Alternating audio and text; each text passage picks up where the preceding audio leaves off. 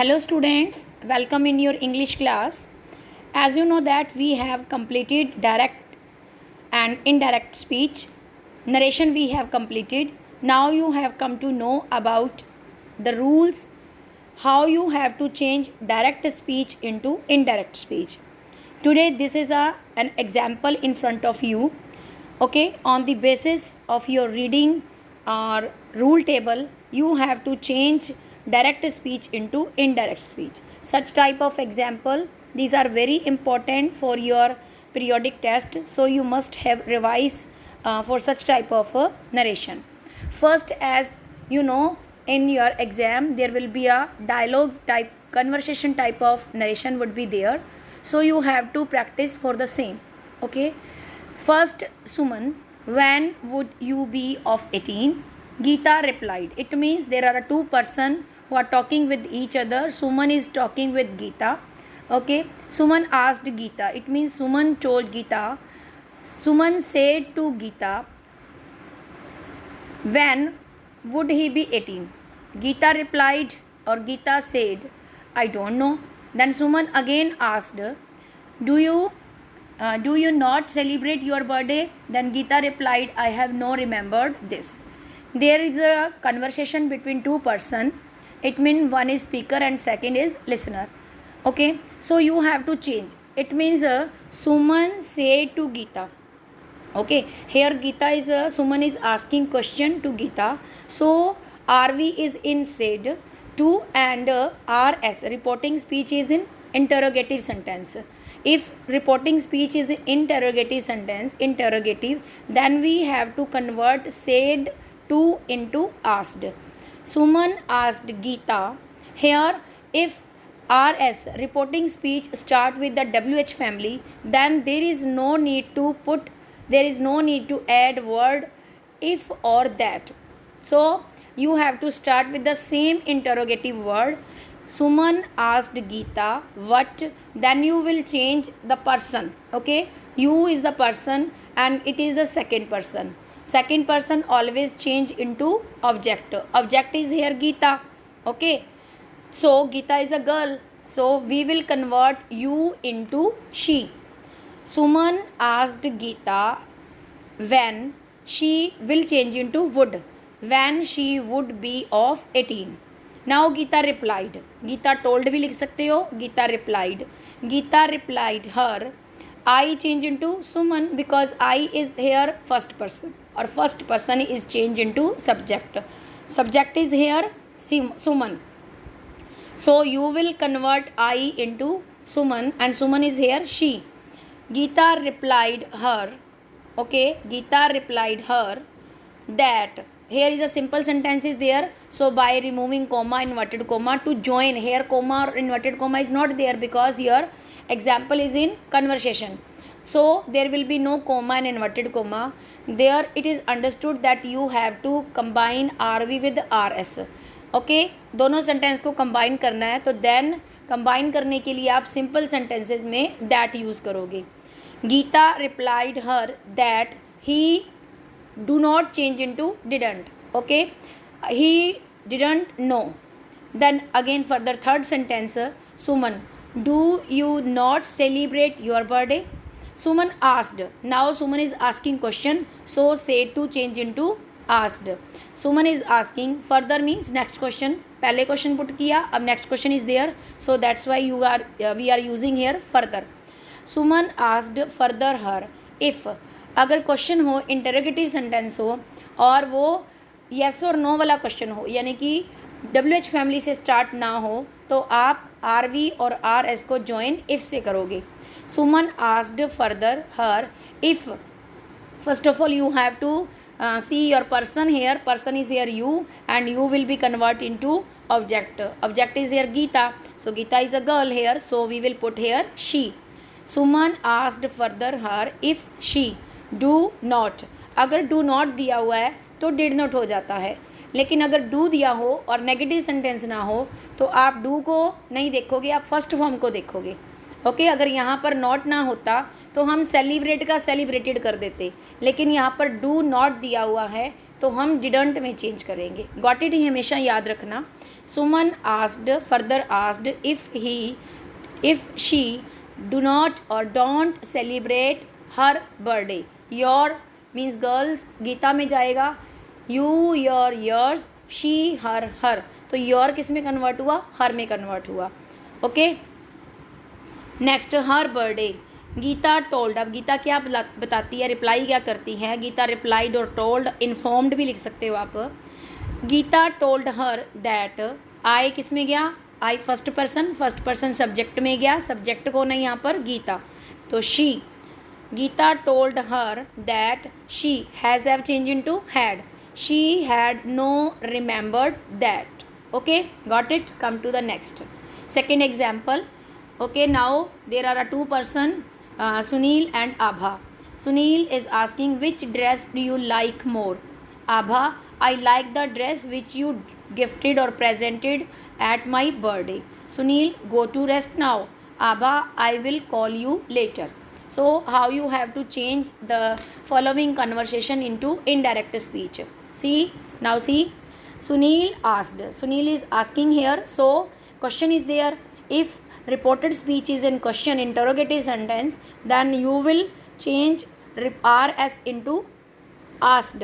Here Sunil asked Abha which, question word is here which.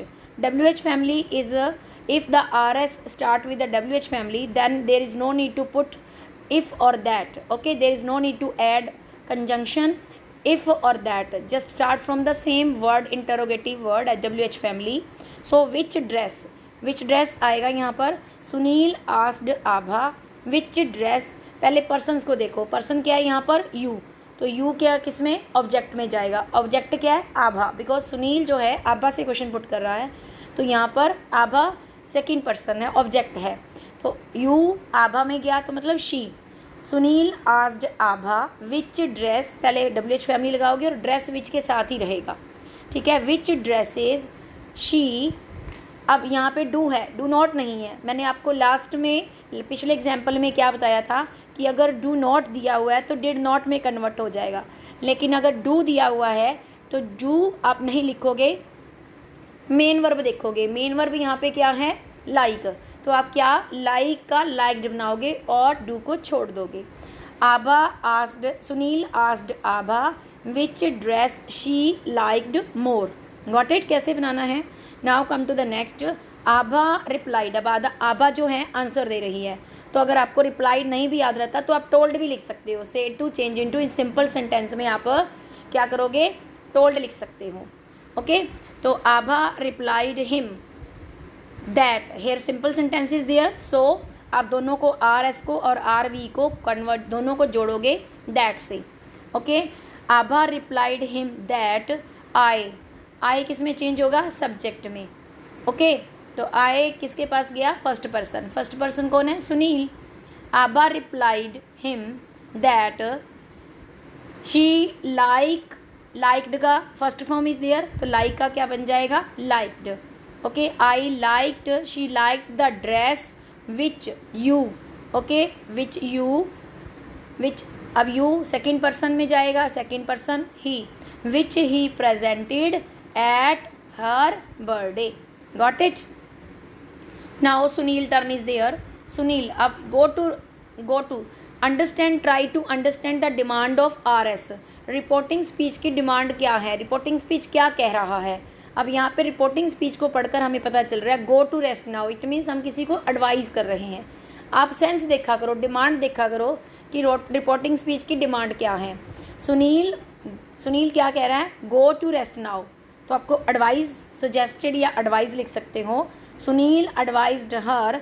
अब जो sentences imperative sentences यानी कि advice, suggestion, order, command वाले sentences होते हैं, इनको टू से कंबाइन करते हैं, और बाकी सेंटेंस जो है सिर्फ प्रोनाउन चेंज होते हैं, बाकी वर्ब में यानी टेंस में कोई भी चेंज नहीं आता है।